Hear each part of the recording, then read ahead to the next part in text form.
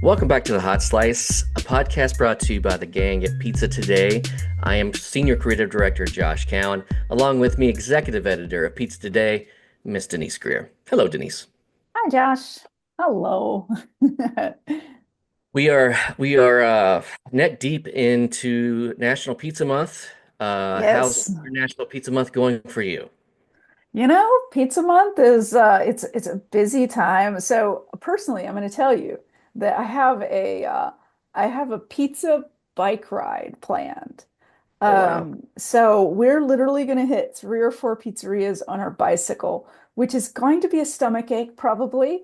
And it might not be the best idea, but I did it once before and it was a lot of fun. So that's how me personally, I'm honoring National Pizza Month is I'm taking a huge group of riders to various pizzerias around Louisville, Kentucky. Don't go out too hard because one slice at a time. Because I trust me, I my very first trip to New York, I went on an epic pizza tour with Yep. Jeremy White and Scott Wiener, and we started at the top of Brooklyn and went all the way to Coney Island. Yep. The train ride back from Coney Island to Manhattan was one of the most miserable experiences of my life. I I know was the story.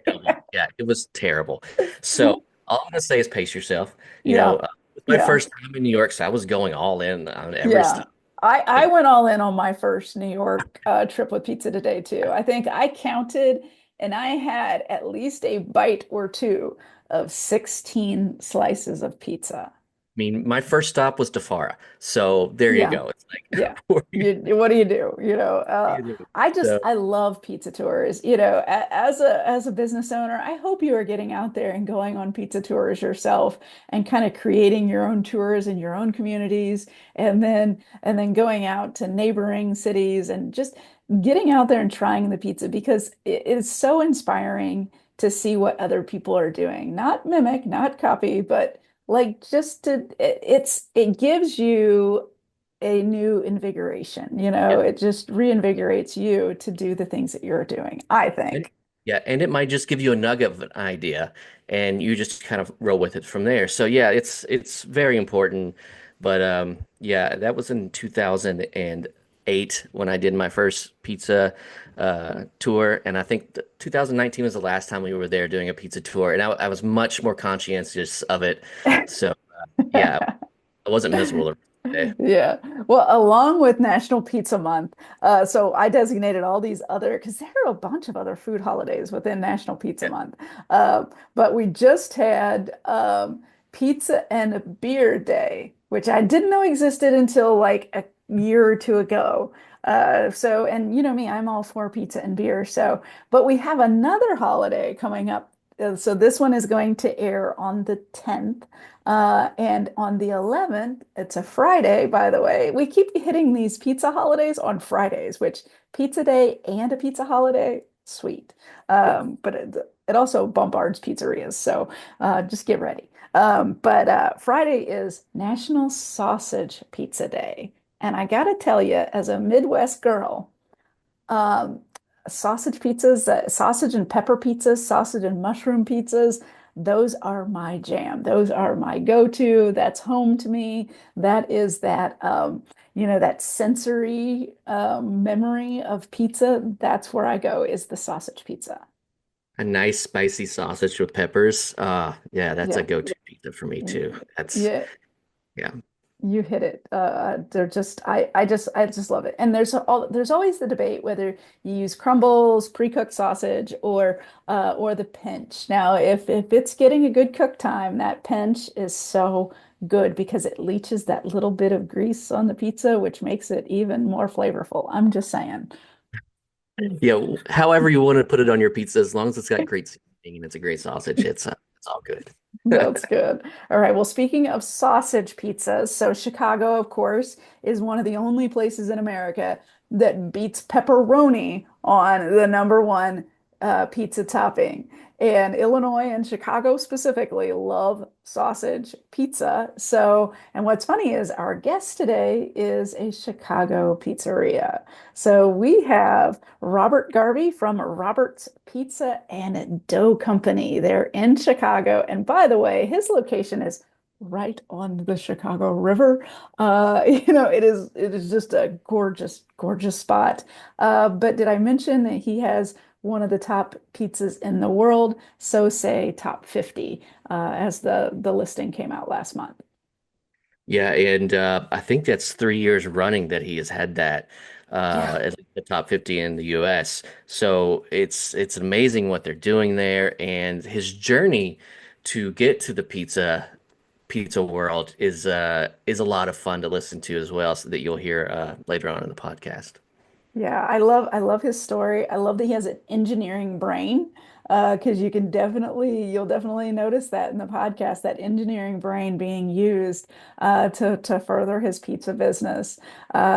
So he's a great guy. I can't wait for you to listen. So let's just jump right in to our conversation with Robert. Performance Food Service is proud to deliver high-quality products, innovative technology, and custom operational solutions to restaurants of all sizes across the country. The flagship division of Performance Food Group, with deep roots in the restaurant industry, Performance Food Service has been the exclusive distributor of the Roma family of brands for more than 65 years. This signature relationship has allowed Performance Food Service to become a leader in the pizza and Italian segment of food service nationwide. Hi, I'm Genevieve Ruby, a fifth-generation dairy farmer here in Humboldt County, California. Did you know that 99% of California's dairy farms are family-owned? And we're proud to sustainably produce the milk that goes into quality cheeses you use to create your delicious pizzas. Thanks for helping make California not only America's #1 dairy state, but the leading producer of mozzarella too. We hope you enjoy this podcast. Robert, thanks for joining us on the Hot Slice. You've had a very, very busy year. Just got back from Italy. Tell us a little bit about what went on there. Well, first, thanks for having me on, and it was such an honor to be selected as one of the top 100 pizzas by 50 top pizza organization based in Naples. So we got to spend a few days over in Naples. And the ceremony was done in the Opera House. Oh, wow. Wow. It was quite an event. It was a lot of fun to sort of be up on stage and et cetera. So, of course, being in Naples, it's just such an extraordinary city, and the pizza speaks for itself. We had a lot of great pizza while we were there, and just really enjoyed that. Then we headed up to Positano for a couple of days, and then we're went up to visit my family up near Alessandria, up in the north, in the Piemontese region. Spent a few days on the vineyards, picking grapes and drinking wine, and just having a great time. That And, sounds and having an perfect. award to boot. I mean, you can't beat that. I mean, That's right. So when you returned, because I know there was a lot of media attention on your placement in Chicago and around, did you see those sales bumps Oh yeah, after the fact? it's been a big bump. A lot of new guests coming in, not just from Chicago, but really from visitors that are here in the city. They've been reading about it, and they're coming in to see what we're doing, and the response has been great. So Yeah. and it Well, helps that you have a fantastic location. I mean, it's yeah. I want to know what went into securing that location, and because it's right there on the water, it's waterfront. I mean, it's amazing. well, what's interesting about the location is that the last time it had been used was about 25 years ago, when it was Dick's Last Resort. Oh, wow.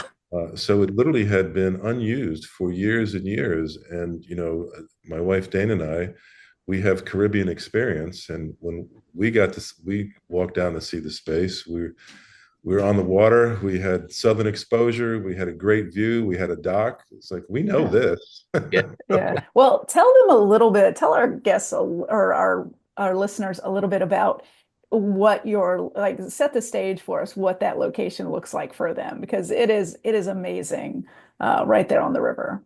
So it's really a beautiful.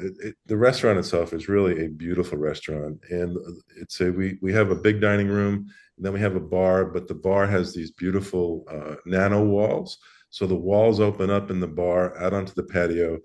Then you get onto the patio, and we have about 50 seats up top with beautiful yellow umbrellas and nice fencing, and then down below that is the dock, and there's another 50 seats or so down on the dock. So you're right on the water. You've got a beautiful view of the city. You can see the fireworks from Navy Pier on Wednesday and Saturdays during the summer. You have a view, a bit of the view of the skyline going west, and it feels very.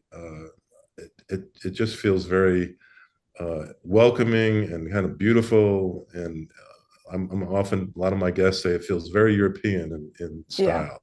Right. Yeah. And Just being in Naples, I was like, oh yeah, they're right. Yes. did you have any like hesitation when you were like, hey, this place hasn't been rented for 25 years? What's wrong with it? Like what? And in fact, a lot of our restaurant friends had advised us against it.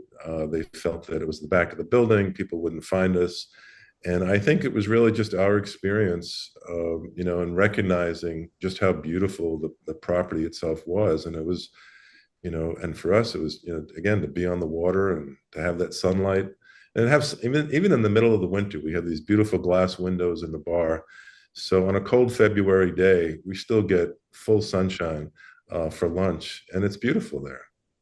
Yeah, and being in a pizza city like Chicago, I think about like how to get your name out there and keeping it relevant, and your place has done a really great job of that. Kind of, what is your strategy there? How are you kind of staying top of mind and kind of always rocking it?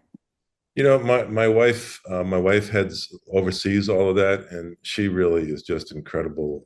Does such an amazing job with getting us connected and promoted, et cetera, and is really such a critical part of the restaurant. But we are very much a neighborhood location. Uh, Hmm. we're engaged in the neighborhood. We do a lot of things with the neighborhood. Like next month, we've got a dog parade for Halloween.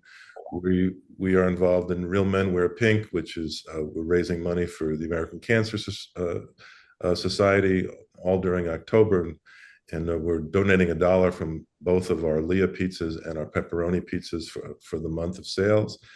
And we stay engaged with the local community.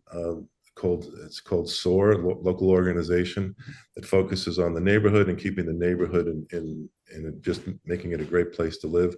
So we're very engaged with them, and we're always kind of doing new things with pizza too. So we're always trying new recipes, and just kind of keep. During the winter, we have a dinner series that we probably do 3 or 4 times this year, where we just come up with really exotic pizzas. For instance, for the Chinese New Year, we do a Peking duck pizza, and we do Oh fresh yeah. ducks, and we make our own hoisin sauce, and we just make just an incredible, incredible dinner series. So anyway, we stay very engaged with the neighborhood. We stay very engaged with the industry. To be involved with 50 Top Italy, to be Hmm. selected by them, then to go there and kind of engage with other pizziolis and organizations. Pizza Expo out in Vegas is such a great organization, and time to kind of hook up with our friends. And of course, all of the restaurants here in Chicago, we're all very friendly. We know one another. We help each other. It's a great community to be involved in.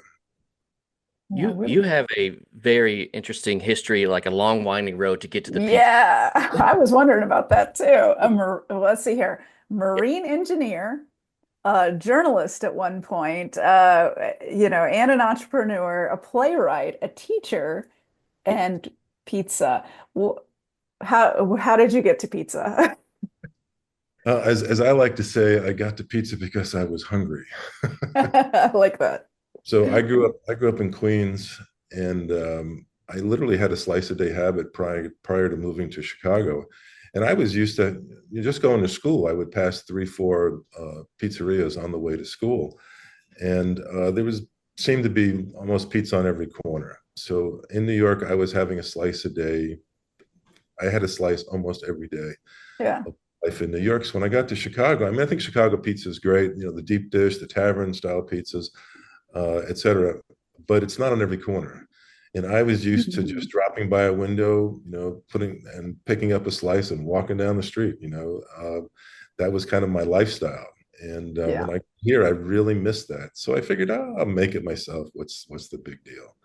I thought it wouldn't be that difficult. Boy, was I wrong. For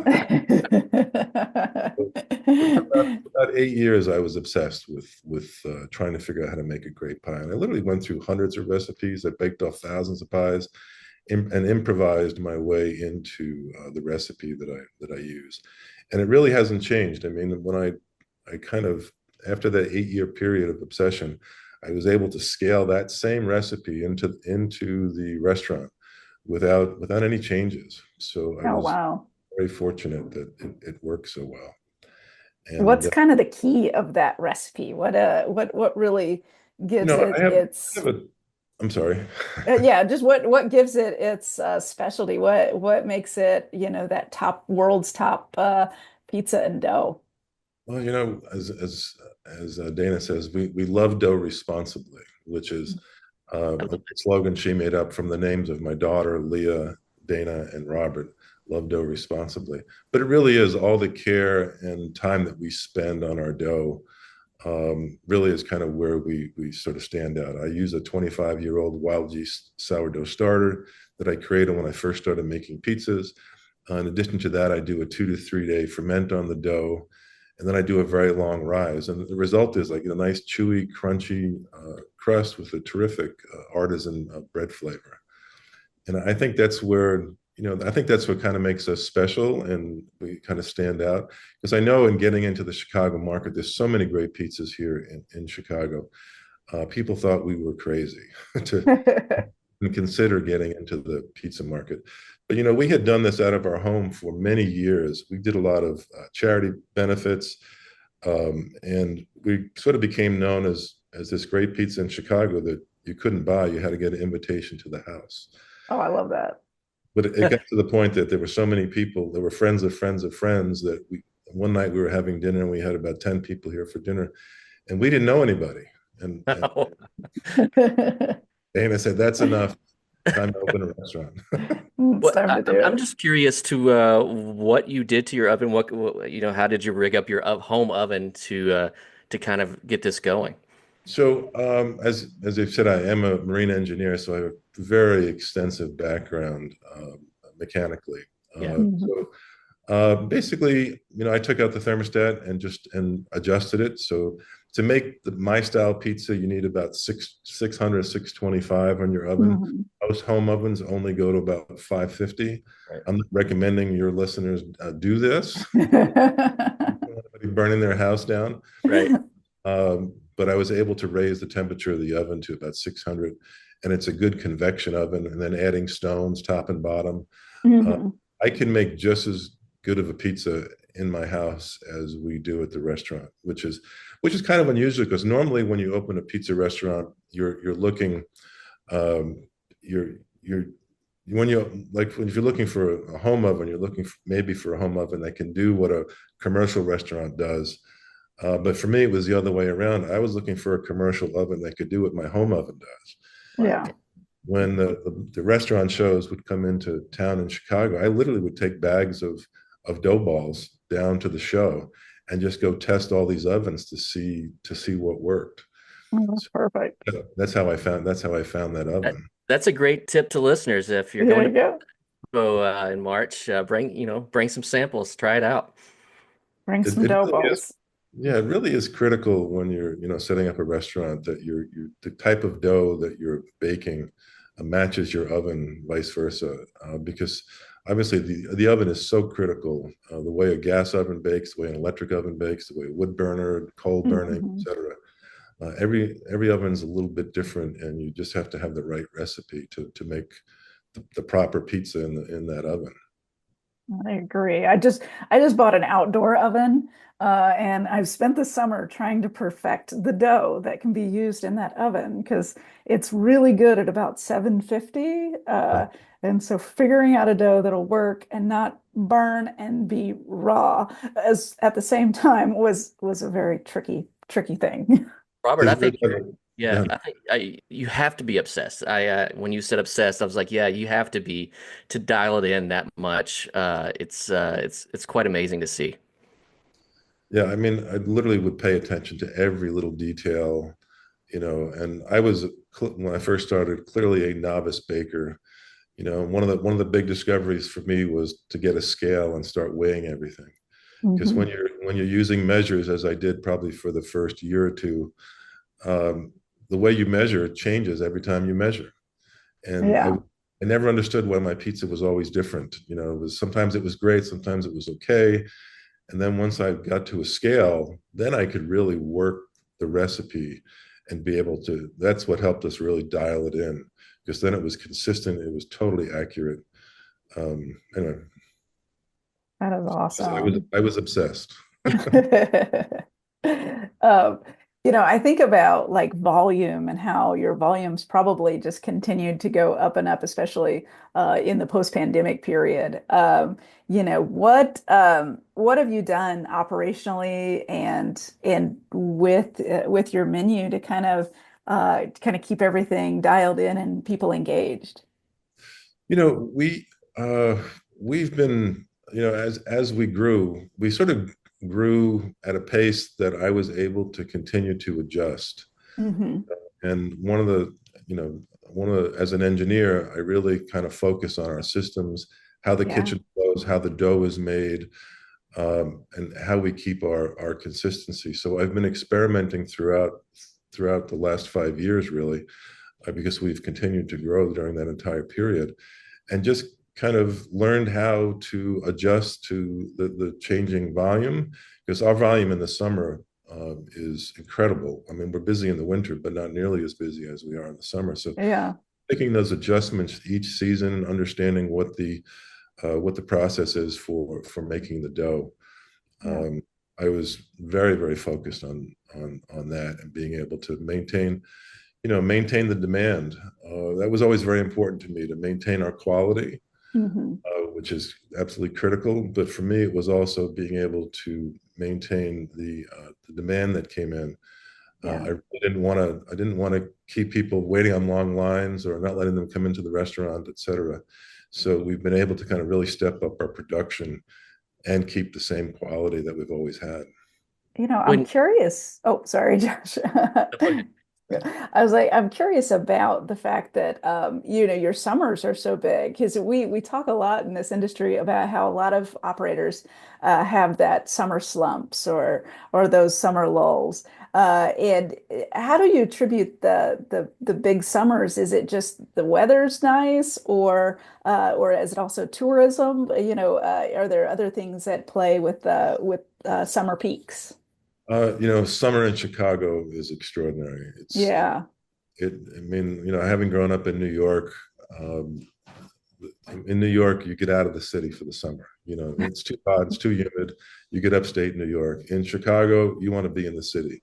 The city is alive. The concerts are on. The conventions are in. I mean, Chicago is like one big music hall for the entire summer. There has just been concert after concert of some of the biggest names in the industry. So Chicago is a lot of fun in the summer.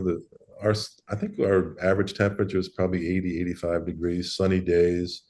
Because of our location and where we are, being right in downtown Chicago, we've got a huge neighborhood of, uh, you know, Chicagoans that live here. We do have the tourists that come through, and it's just such a really nice place to sit and have lunch or have dinner. And the other thing is that we have an extraordinary team. Our team is very dedicated. One of the things that we look for when we're hiring staff is we're much more interested in how friendly they are and their personality than their actual skills. We can teach the skills, but we really can't teach that warmth that comes. And we just have a team that really likes working together. They love working at Roberts. Our guests are constantly telling me that our guests, I mean, our team just makes them feel so at home. Even the people that are visiting from out of town, they say when they come in, they just feel very, very welcomed, so it's our, the hospitality at the restaurant. I think that's where we do have a great pizza, but we really stand out with the team and the hospitality that we offer. So, well, I was just gonna say, I saw that you have an award-winning gluten-free pizza now. When did that come into your menu, and kind of describe the process of kind of getting that on your menu? Initially we had a small location back in 16, just around the corner from where we are, and it was a three-level restaurant with 50 seats, so it was very challenging. We were there for about a year, and we outgrew it almost immediately. But we developed the recipe for the gluten-free at the time. We use a Caputo flour, and we actually one of the reps from Caputo came in during a restaurant show, and we went over some recipes. And Roberto from Keste in New York Mhm. and showed us how he made his gluten-free dough. And we've kind of developed it from there. But having that great Italian flour, it makes a really terrific pizza. Awesome. Do you have quite a demand with your gluten free? We do. I mean, it's really grown. Mhm. I think both from people that have celiacs, as well as those who are just looking for an alternative to the gluten. We sell quite a bit of it. It's in fact, it's harder to keep up with the gluten-free demand than it is with the regular. We're selling more regular pizzas, but the gluten-free pizza is much more demanding prep. It takes a lot more time to stretch that dough, et cetera, and storing it becomes challenging as well. So we've been able to keep up with the demand, but it's the one thing where sometimes we run out of our gluten-free dough. My wife has celiac, so I'm always keeping an eye out for like really good gluten-free pizza So because it's hard to come by. So, but yeah, that's when something you I go to definitely. Chicago, Josh, there you go. You got your spot to go to. It's a little bit like working with paper mache because it doesn't have the gluten, so you have to Mhm. press it. And if you're not keeping it moving, it tears very easily, and it's quite a challenge to do it right. Yeah. The one thing I've noticed about your menu and like just looking on your social and like how people are engaged with your brand is that people love your menu mix too. Like they like some other things that you have on your menu and not just pizza. What kind of is your philosophy on your menu mix? We wanted people to be able to come into Roberts every day. I mean, we really wanted to make it an everyday restaurant, and we do have a lot of our guests are in our restaurant 3 to 5 times a week, if not Wow, more. Wow. that's great. Focusing on something other than pizza was important. We do a lineup of great salads, some appetizers, like we do a mussels in a wine sauce, wine Oh yeah. fennel and wine sauce, which is really incredible. And we make our own bread, so we do a really nice chicken parm sandwich and meatball sandwiches. The meatball sandwich looks amazing. I am a meatball girl. It looks So great. we do get high marks for our meatballs. Our guests really love the meatballs that we make, and then we do a few pastas, a nice gnocchi and a penne with meatballs, and then we do brunch. Our brunch, every my focus was to not have a complicated menu or really Mhm. complicated recipes, but really to just have great ingredients and kind of simply prepared to make it like the best chicken parm sandwich, the best meatball you could have, the best salad where the salads are fresh and all the dressings are fresh, etc. And just kind of letting the ingredients kind of speak for themselves, and just keeping it as fresh as fresh. Literally, we get it in, it's fresh every day. But we do, as I said, we do make our own bread, and it makes a big difference. All the care that we put into our ingredients and prep is really critical. And it is a place where you can eat in our restaurant every day if you like. So Yeah, I did notice that your brunch program was really in demand. And for those listeners, when you're in a major metro area, like brunch is huge. People will travel across the city to find a good brunch. So how is yours reservation based or or is it just first come, first serve kind of thing? It's both. Okay. We do have reservations, but we always hold back a number of tables for walk-ins, et cetera. We use Slagle Farm, a local farm just outside of Chicago, for our eggs and our pork. So we make our own sausages. We do great omelets and eggs and chilaquiles. We do eggs on a pizza. We do huevos rancheros on a pizza. Making me And hungry. we have a full line of pizzas as well. But then the real star of the show is our French toast, at least in my opinion. Yeah. I have the French toast every weekend. We take pizza dough and we bake it off into Dutch oven loaves and we slice it That's up awesome. with French toast. It is killer Oh, French that toast. would be good. Oh, wow. What Fresh cream and berries and real maple syrup. And it's a treat.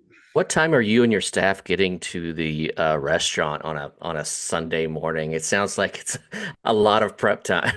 We do. I mean, we start at 6 a.m. most days, and by 8 o'clock in the morning, I have probably 6 to 10 staff in the kitchen doing prep work. I mean, we spend hours and hours. We basically prep all day too. We do a tremendous amount of prep before we open up. On the weekends, we open at 11. During the week, we open at 12. But we prep for several hours all morning. But then we have 2 or 3 people that prep all day long, Oh. just to keep it going. It is a tremendous amount of prep, and just all those mushrooms and the slicing of the cheese and shredding of the cheese, etc. There's a tremendous amount of prep going on. Yeah, and when you're meticulous about those items and how they're prepped, it probably does require a lot on the labor side. Yes, it does. But It's paying off though. It's paying off. yeah, exactly. I look at the momentum that you're enjoying, and we're just so excited to watch because I think you're going to continue to rise and just continue to go up. What are you looking forward to with the business coming up in the next year or so? This year I'm looking to get, because we've been growing so much and so fast. Mhm. My goal this year is really to get a little better control over the restaurant, because all of that growth meant changing all the time. And Yeah. I think now we're getting to a point where we're kind of stabilizing. We're kind of filling demand. We're filling the restaurant, and now this next year is to really hone in and understand our process and how we do things, as opposed to just constantly changing to meet the demand that we've been doing for the last 5 years. And so I'm looking forward to being able to focus and get things a little bit more organized, a little less crazy than it's been. Until you get another bump and from something else, and then it'll just keep changing. That's probably true, but That's that's amazing. Well, I'll end it on this question because I imagine you've got to get things going. It's in the morning for you there. But what advice would you have for anybody either coming into the business or wanting to scale up to find the success that you've found? What do you hope that they would take away from your experience? I think being in the restaurant business, it's very exciting. Every day is a challenge. Meeting all of our guests and being kind of engaged in that community is extremely rewarding. I mean, at the end of the day, I love food. I love feeding people, and our team really enjoys kind of being in that space. And I think that's a critical part of the restaurant. The other thing I think people need to realize in getting into the business is that it is a tremendous amount of work. I have never, I've done some pretty arduous jobs, including the Merchant Marine, where I used to, run engine rooms and big freighters and tankers, and that was tough work. But that doesn't compare to Wow. that we do here. It is really remarkable just how much work it is. But on the flip side, just how rewarding it is. And at the end of the day, it's a way of life. If you get into the restaurant business, expect it to be your life, and that it will be something that that you'll enjoy if that's what you're looking for. But it's a great space to live in and be part of, and be part of the team that we have, that we have at Roberts and our community. It's just a lot of fun, but it's a lot of work. I love it. Well, That's Robert, such a good ending.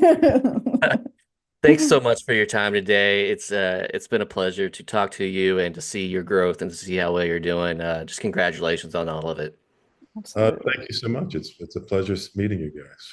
All right. Well, you Thanks, have thanks for including us.